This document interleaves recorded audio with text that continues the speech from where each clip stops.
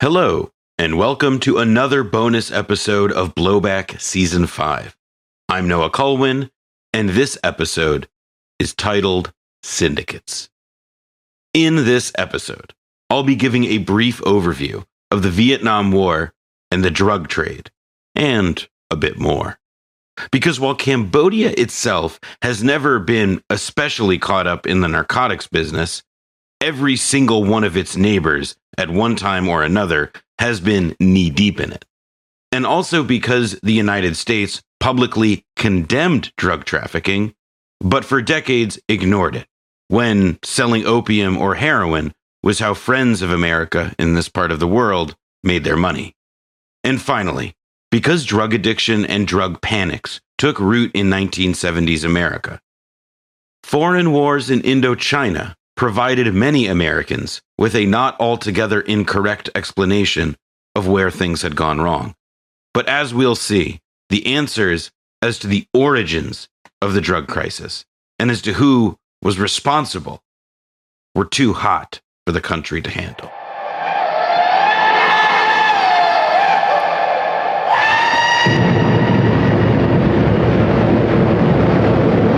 Perhaps the story that most Americans know, if they know anything about Vietnam and heroin, is the one depicted in the 2007 Ridley Scott film, American Gangster. In that movie, Denzel Washington plays Frank Lucas, a New York heroin trafficker who sourced his product from Bangkok and transported it to the U.S. on military planes, even hiding the dope in the caskets of GIs. The Hollywood version here isn't totally factual. The coffin stuff probably didn't happen. And it wasn't Lucas, but his supplier, who actually set up this Asian connection. A guy named Ike Atkinson, better known as Sergeant Smack. But it's undeniable. The U.S. military was facilitating drug traffic from Southeast Asia. And Atkinson was just one piece of it. The Golden Triangle of opium production, located in a mountainous area among Myanmar, Thailand, and Laos, was where the bulk of it came from. And it was in the 1950s, with the help of the Central Intelligence Agency, that Chiang Kai-shek and his Kuomintang solidified their control over much of this trade. Chiang was the leader of the Chinese nationalists, embroiled in a war with the communists. But after losing the Chinese Civil War, the nationalists were now operating in exile in the 1950s. For Chiang, this was Taiwan. For others, it was Hong Kong. And for some commanders turned warlords, it was the Golden Triangle. Journalist Patrick Wynn sets the scene in his recent book, Narcotopia. Though the Chinese exiles continued amassing American supplies, weapons, food, medicine, as if still intending to reclaim China, they treated it as seed capital for a business venture, transforming their guerrilla force into an opium trafficking syndicate. End quote. And they had help from so-called CIA proprietaries, which were private companies, ostensibly, but in reality owned lock, stock, and barrel by the agency. The most famous of these was called in the Chinese nationalist era Civil Air Transport, before it was rechristened Air America for the Vietnam War. It was the Westerners who ran these groups, Claire Chennault, William Pauly, who became the nucleus of the China lobby back home, where their political and business interests synced up. Now, a classic example of CIA patronage and protection of such a Chinese nationalist drug lord is that of prominent ex-nationalist general Li Mi, here presented by journalists Jeffrey St. Clair and Alexander Coburn. Quote, installed in Burma, what's now called Myanmar, this army was armed by the CIA, fed by the CIA, and paid by the CIA. In later operations in Laos, Cambodia, and Vietnam, the CIA used it as a labor pool, end quote. A precursor to the Afghan Mujahideen, these were drug traffickers and crooks, but they were Uncle Sam's drug traffickers and crooks. Their caravans could be used to smuggle agents in and out of enemy territory. Their drug income was money that the agency didn't have to provide for guerrilla operations. And, as in the case of Laos, opium growers were reliable opponents of communism, with a vested interest in the struggle. By the time of our season, in the late 1960s and early 70s, the Golden Triangle was flourishing with opium, and these syndicates were more powerful than ever, intertwined with the various anti-communist governments supported by the US, especially Laos and Thailand, and, of course, South Vietnam. And the Vietnam War had proven to be very good for business. US soldiers were high-paying customers of Asian heroin, and the constant trans-Pacific traffic ensured foreign markets for the product. And more often than not, the most powerful people around had their hands in the business. Ngo Dinh Nhu, younger brother of South Vietnam's corrupt and brutal President Diem, well, he was killed alongside Big Bro Diem in a 1963 coup d'etat, and Ngo Dinh Nhu was both a heroin trafficker and a chief advisor to his sibling. And if this dynamic sounds familiar, listeners to Season 4 may recall that the president of American-occupied Afghanistan in the 2000s and 2010s was one Hamid Karzai, and Hamid's brother, Ahmed Wali Karzai, was both a notorious heroin trafficker, confidant of his big brother, and a CIA asset. And, like his Vietnamese predecessor, also assassinated. The drug trade was so bound up in the execution of the Vietnam War, according to St. Clair and Coburn, that we can even find its traces in the 1968 mass killings at Son Mi, better known as the My Lai massacre. Quote, the My Lai operation was principally developed by two men, the CIA's Paul Ramsdell and a Colonel Kian, the province chief of Quang Ngai.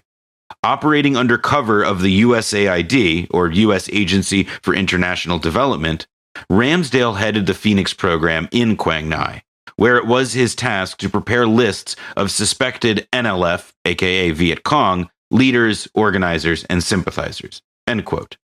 The Phoenix program, you may recall from our main story this season, was a CIA initiative that targeted NLF leaders that in practice was essentially the systematic murder of Vietnamese villagers in entire areas even remotely suspected of harboring communists.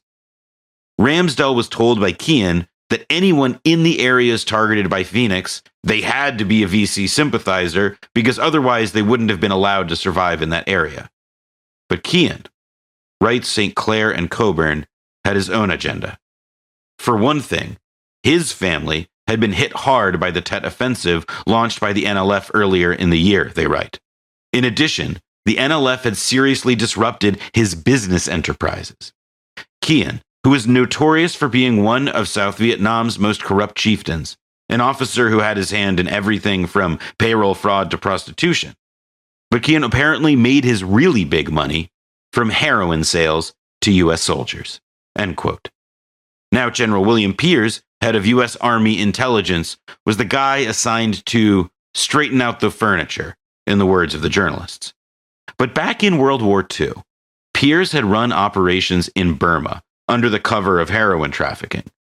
And afterward, he'd served as CIA station chief in Taiwan, and had even helped with developing the unfolding pacification strategy in Vietnam.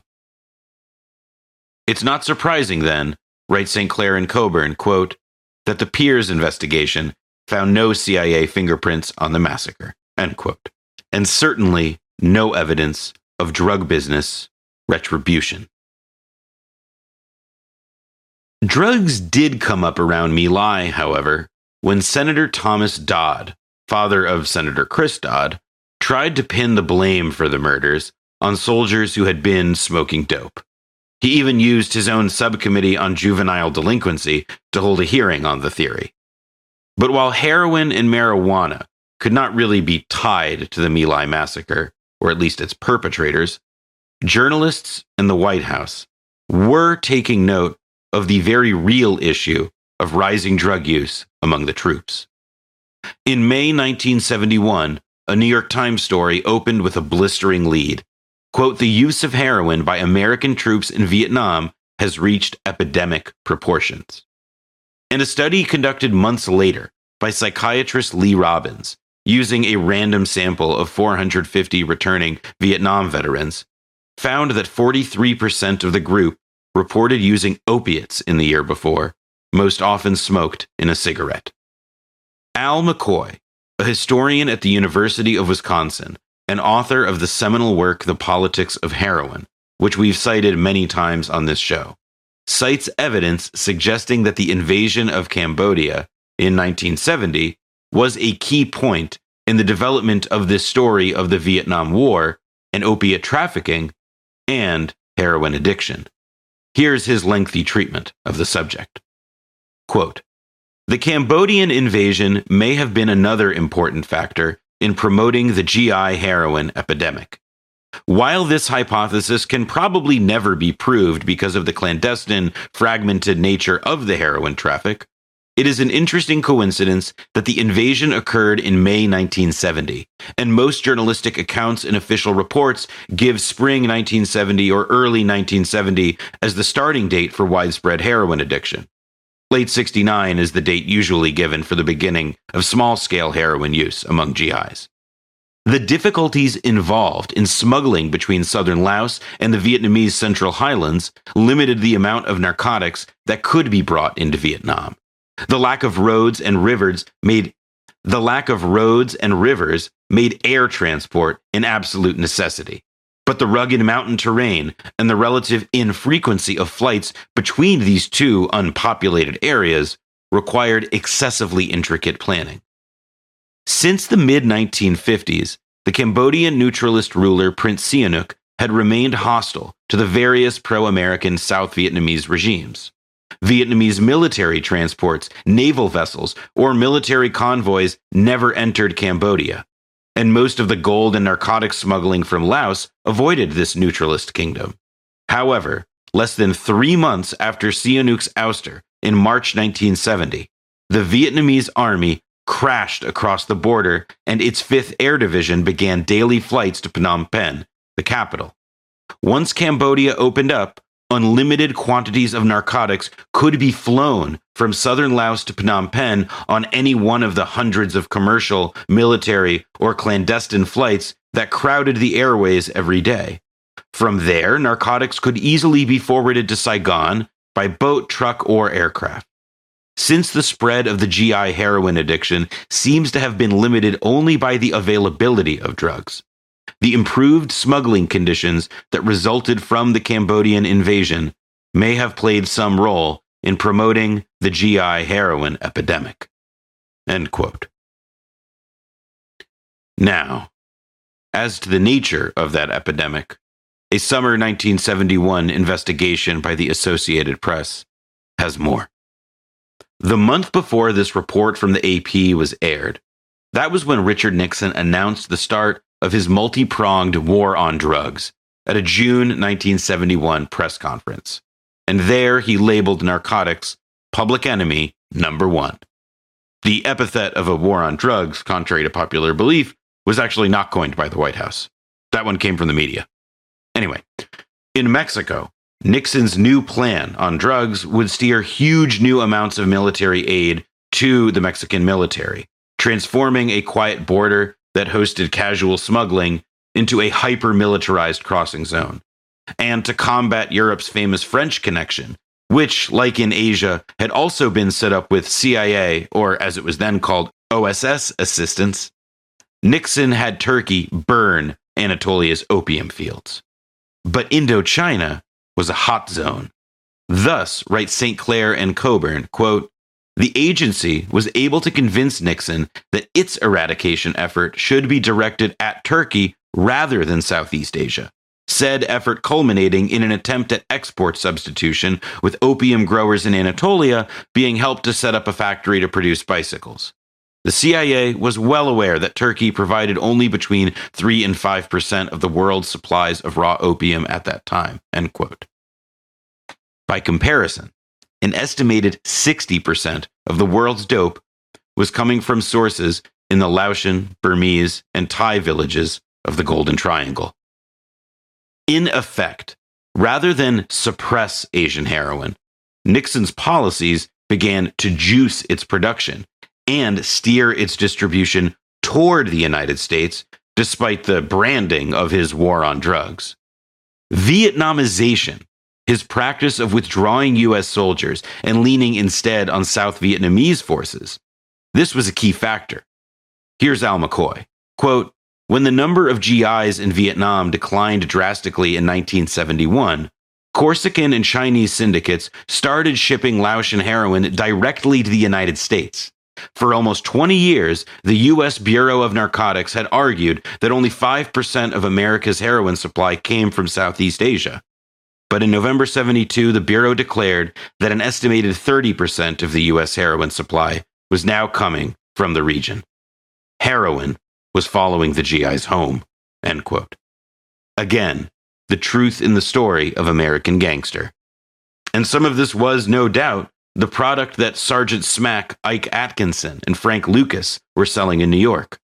And some of it went to other, more deep-pocketed guys, such as the Tampa crime boss Santo Trafficante Jr., a major buyer of dope from the Laotian general and U.S. client, Vang Pao.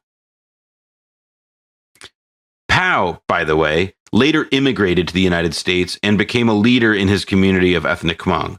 His supporters sought to get an elementary school named after this CIA client drug lord in Madison, Wisconsin, but were opposed by, among others, Al McCoy. So instead, they named a school after Pao in Fresno, California. Now, looking at all this, it would seem that pretty much every major trafficker had friends in Langley, one way or another. And this was important, notes the scholar Peter Dale Scott, because it meant that they could use CIA clout to head off investigations by rival agencies, primarily the Drug Enforcement Agency, or DEA. It has long been rumored that ex-Miami CIA station chief Ted Shackley, also known as the Blonde Ghost, set Trafficante's business up in Asia. But it has been proven that Trafficante himself was a CIA collaborator. As listeners to Season 2 will remember, he was a happy participant in the agency's Caribbean ventures. And Trafficante, in particular, was even more than a friend of the CIA. He was a Nixon man. The two men were connected. In his 2021 book, Dark Quadrant: Organized Crime, Big Business, and the Corruption of American Democracy, the writer Jonathan Marshall demonstrates the rather curious ties between Richard Milhous Nixon and mobsters such as Santo Trafficante Jr. Two key conduits for this connection: a Las Vegas hotel manager named Richard Danner, and a Florida politico named Manuel Garcia.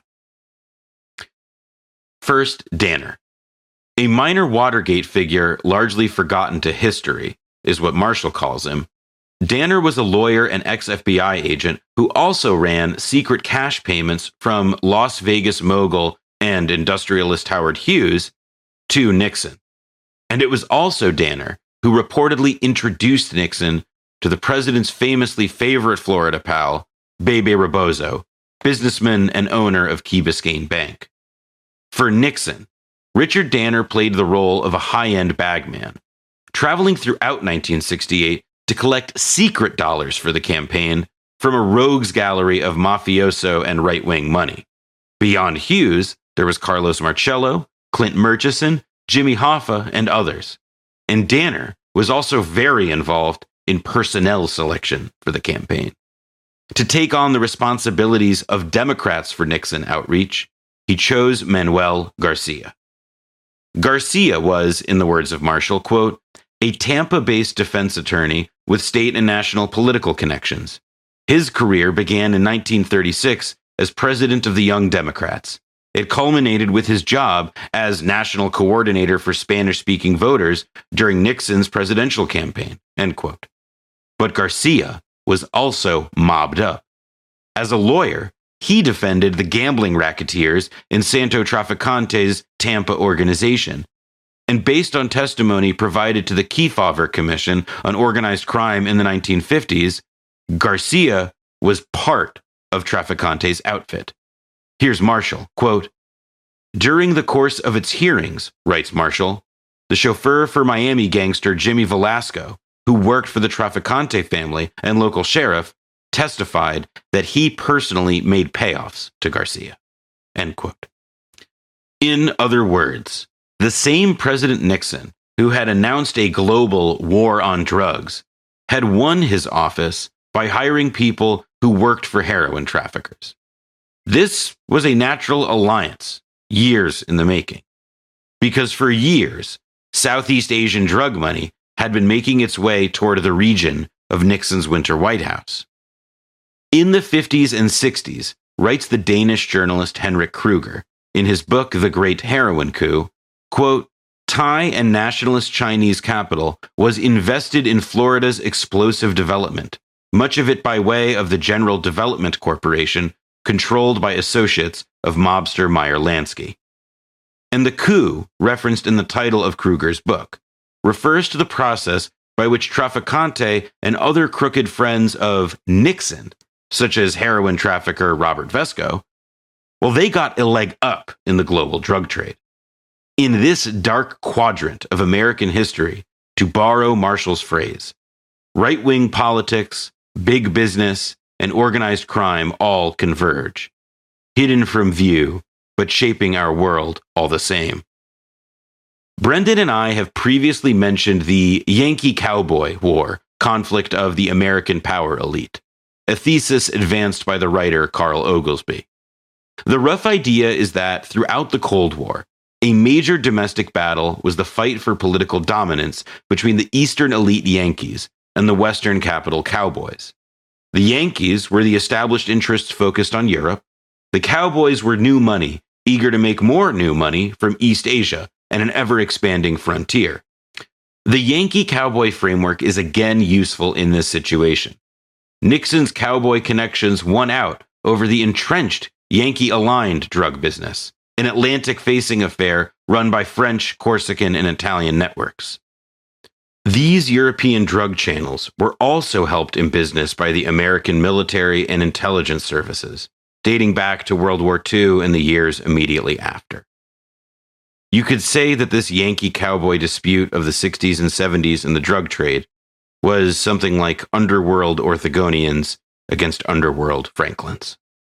For decades, there has been a more or less constant fight by the American government to regulate narcotics usage, while the U.S. has often taken a relaxed pose when it comes to narcotics production by our friends and clients. This approach really began after World War II, when, as a matter of anti-communism, we began to work with poppy growers and heroin refiners across Europe and Asia. This was not incidental. Speaking in a 2003 interview, Al McCoy describes the involvement of Western spies as determinant in the history of the drug trade. Quote, "We'll never know what might have transpired if Western intelligence agencies hadn't used the power of the underground drug economy and its criminal syndicates to fight communism during the Cold War." Today, with the anti-opiate Taliban in control of Afghanistan, the successor market to the Golden Triangle has fallen.